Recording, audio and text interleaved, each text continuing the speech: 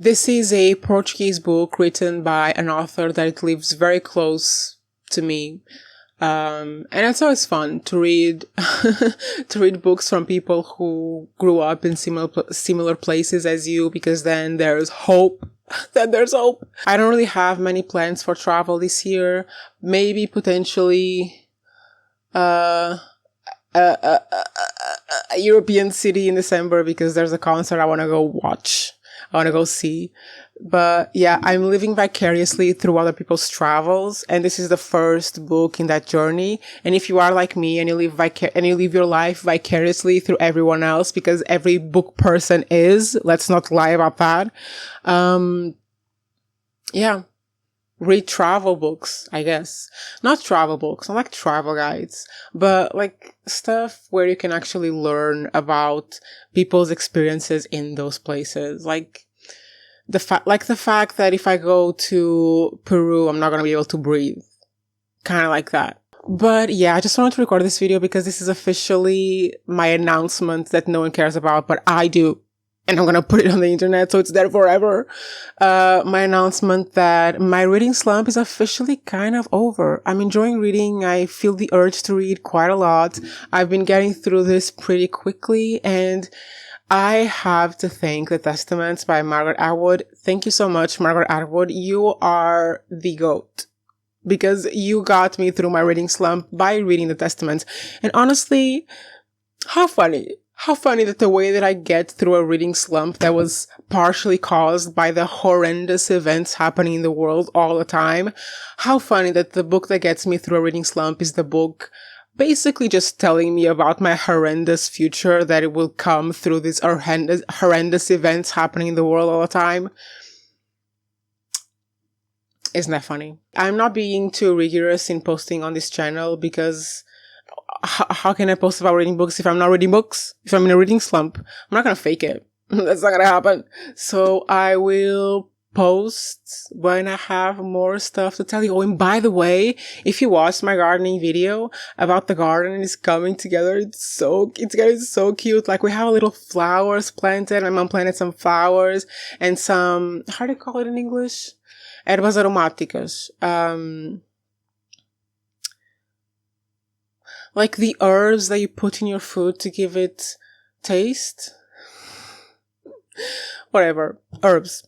And I've made like a little, I've prepared like the field to plant grass. We're going to plant grass very soon. And I'm going to take a little chestnut tree that is growing on a path because some seeds fell on it. And I'm going to replant it on the garden so that in the autumn we have chestnuts to eat. I think that's how you translate that fruit, whatever. So it's getting really, really cute. And on the writing, this is the most goddamn insane thing. Okay, let me show you. Remember these? I've talked about these a few. Like, this was a draft of a little tiny book that I wrote a while ago. I didn't really have any direction for it. I just felt like writing this story. Like, just felt right. And I wrote it. And I'm writing the second draft right now. And I always thought, because of course I've written like books before. Of course I've gone through those phases of writing like dozens and dozens and dozens of pages and then nothing comes of it, because I just there was no point to it. There was no structure. There was no editing. It's just me writing for the fun of writing. But this is the second time, actually, not the first time, the second time that I've actually made a serious effort. And I'm writing the second draft now, and I didn't think it would be this easy. I think I'm doing something wrong. Because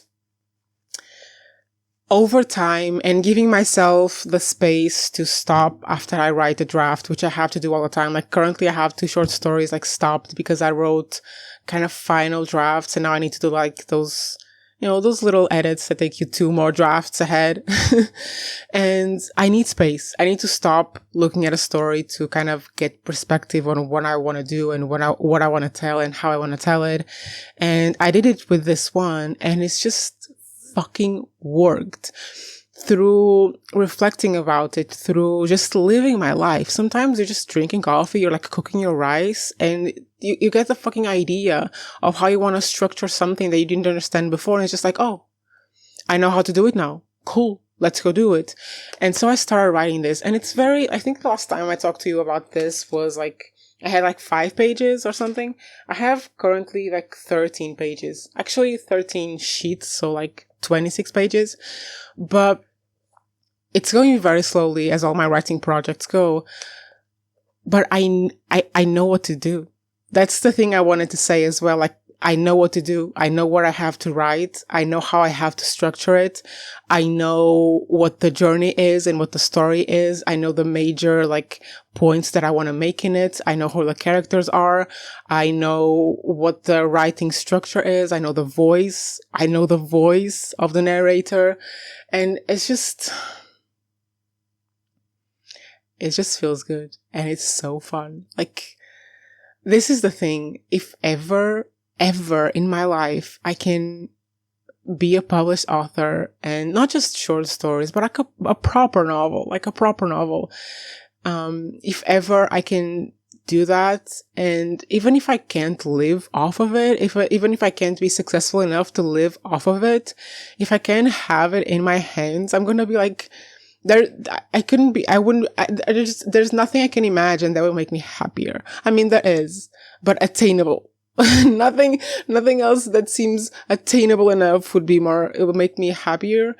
And it's just, recently I watched, I don't know if you guys know about this channel, but she's pretty big. I'm gonna search for it. Christy Ann Jones. She has like over 200,000 subscribers. She's pretty big. She just posted a vlog about her novel getting picked up for publishing, and I think it was like a major publishing house in Australia and the UK or something. And it just gave me so much hope. Like, and also this is so silly, but this is also another reason that I'm making these videos and kind of showing a little bit of the journey of writing short stories and no novel. It's just, I know that there are people watching, and I know that there are people watching who have a similar journey. And I've always found so much hope and so much clarity from just knowing someone else's journeys, just understanding that it is possible and there are pathways to anything. And yeah, I want a record of my journey, and I want a record that can also be seen by other people who are maybe at earlier stages of their journey. The amount of times that I'm saying journey. And yeah, I'm so proud of myself for having had the courage to pursue this and to completely like erase any other possibility from my life. And it is not easy, the uncertainty of the fact that I might never be able to make a livelihood off of writing, that I might always have to have, a job, be a working writer. But just the fact that I had enough courage to admit to myself that this is what I wanted to do, and I might as well pursue it, because what the hell else am I going to do in my life?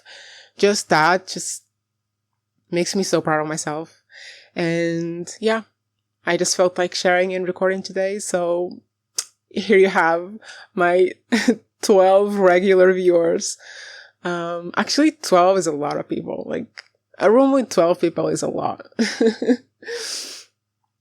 When I created this channel, I did not think anyone would ever watch those videos. And I remember, like, the one video that I was really happy about was the Be My Writing Buddy video. It didn't turn out into much because I got really incredibly overwhelmed with how many people wanted to join. But I think it's nice to know that there are so many people going through the same shit as I am. And you always know that, but it's different when you can actually interact with it. So here's the video for that. And yeah, thank you for watching. I will keep you updated against your own will about my writing and reading journey.